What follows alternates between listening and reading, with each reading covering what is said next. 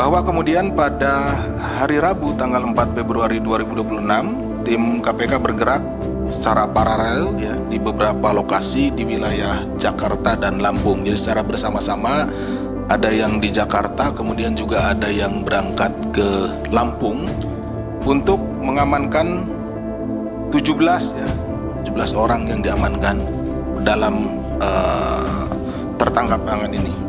Yang pertama adalah saudara RJL selaku Direktur Penindakan dan Penyidikan Direktorat Jenderal Bea dan Cukai P2 DJBC periode 2024 sampai dengan Januari 2026. Jadi yang bersangkutan baru pindah ke Lampung. Yang kedua, saudara SIS selaku Kepala Subdirektorat Intelijen Penindakan dan Penyidikan Direktorat Jenderal Bea dan Cukai atau Kasubdit Intel P2 DJBC. Yang ketiga, saudara ORL selaku Kepala Seksi Intelijen Direktorat Jenderal Bea dan Cukai Kasih Intel DJBC.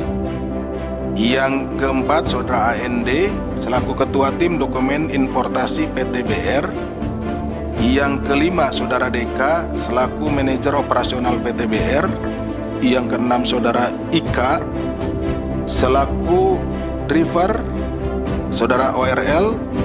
Yang ketujuh, saudara DD Driver saudara ORL. Yang kedelapan, saudara FLR yaitu pegawai DJBC ya. Yang ke-9, saudara ADT pegawai DJBC juga. Kemudian ke-10, saudara GIL pegawai DJBC.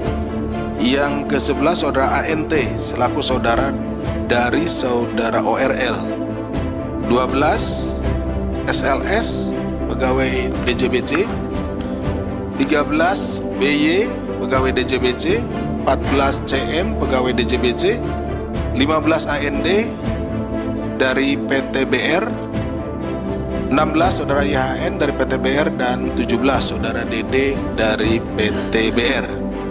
Selain itu, tim KPK juga mengamankan barang bukti dari kediaman RJL, ORL, dan PTBR serta lokasi lainnya. Ini karena ini ada beberapa lokasi ya, safe house gitu ya, yang diduga terkait dengan tindak pidana ini dengan total 40,5 miliar. Dengan rincian sebagai berikut: uang tunai dalam bentuk rupiah sejumlah 1,89 miliar, uang tunai dalam bentuk dolar Amerika sebanyak 182.900 US dollar, kemudian uang tunai dalam bentuk dolar Singapura sejumlah 1,48 juta Sing dollar, uang tunai dalam bentuk yen Jepang sejumlah 550.000 yen Jepang, kemudian logam mulia seberat 2,5 kilo atau setara dengan 7,4 miliar, kemudian logam mulia seberat 2,8 kilogram atau setara 8,3 miliar. Kenapa ini dipisah?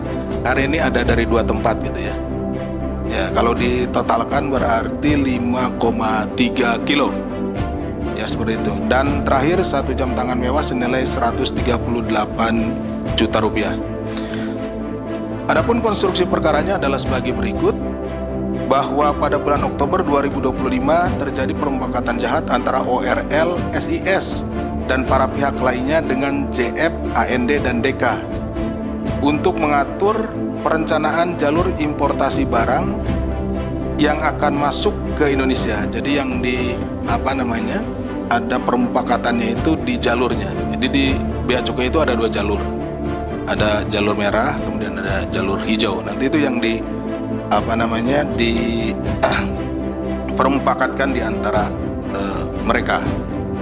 Nih, jadi antara tadi perusahaan BR, pihak perusahaan BR dengan pihak oknum dari DJBC. Berdasarkan Peraturan Menteri Keuangan telah ditetapkan 2 kategori jalur dalam pelayanan dan pengawasan barang-barang impor untuk menentukan tingkat pemeriksaan sebelum dikeluarkan dari kawasan kepabeanan. Jadi sebelum masuk ke negara kita, dijual secara bebas atau disebarkan secara bebas. Nah, masuk dulu melalui pengawasan itu di kepabeanan.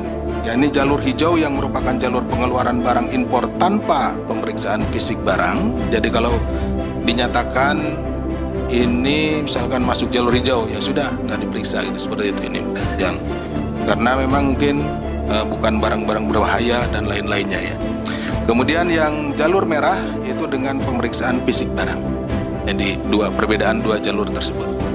Selanjutnya FLR menerima perintah dari ORL untuk menyesuaikan parameter jalur merah dan menindaklanjutinya dengan menyusun rule set pada angka 70%.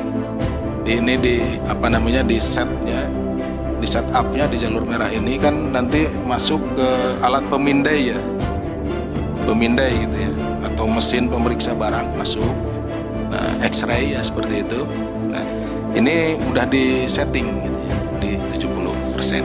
Kemudian data rule set tersebut dikirimkan oleh Direktorat Penindakan dan Penyidikan ke Direktorat Informasi Kepabeanan. Jadi ada beda direktorat nih.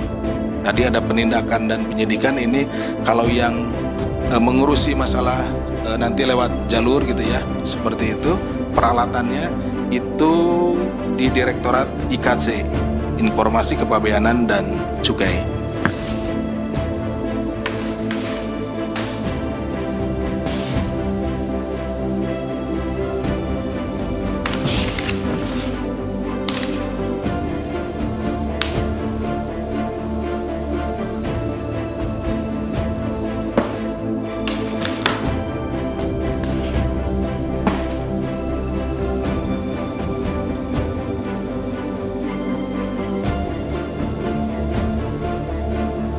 Barang bukti yang ditunjukkan yaitu berupa uang tunai dalam pecahan rupiah senilai 1,89 miliar.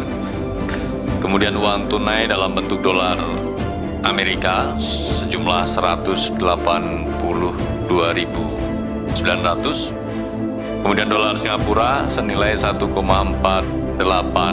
juta Singapura dolar, dan juga dalam mata uang yen Jepang senilai 550.000. Selain itu juga logam mulia dengan total berat 5,3 kg atau setara dengan nilai 15,7 miliar.